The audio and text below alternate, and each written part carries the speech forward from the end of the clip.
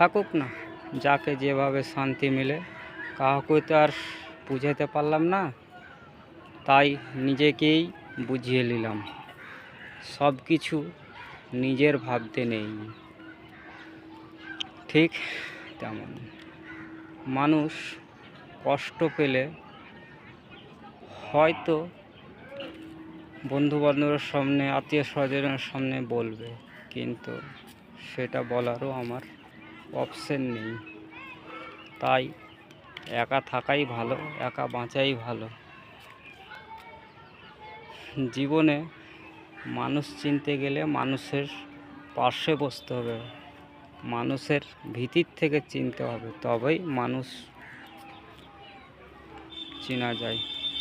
কিন্তু সব ফ্রেন্ডসকে আমি বলছি, আমার একটার প্রশ্নের উত্তর দিবেন আপনারা। সরকার এত আধুনিক মেশিন বের করছে, আধুনিক প্রযুক্তি বের করছে, কত টেকনোলজি বের করছে বিজ্ঞানীরা, কিন্তু আদৌ মানুষ চেনার মেশিন কেন তৈরি হচ্ছে না? মানুষ চেনার মেশিন যদি তৈরি হতো তো খুব ভালো হতো। হয়তো কারোর সঙ্গে বন্ধুতালি করতে গিয়ে আমি চিনতে পারতাম, কারোর সঙ্গে সম্পর্ক জড়াইলে চিনতে পারতাম তার ভিতরে কেমন, বাইরে কেমন।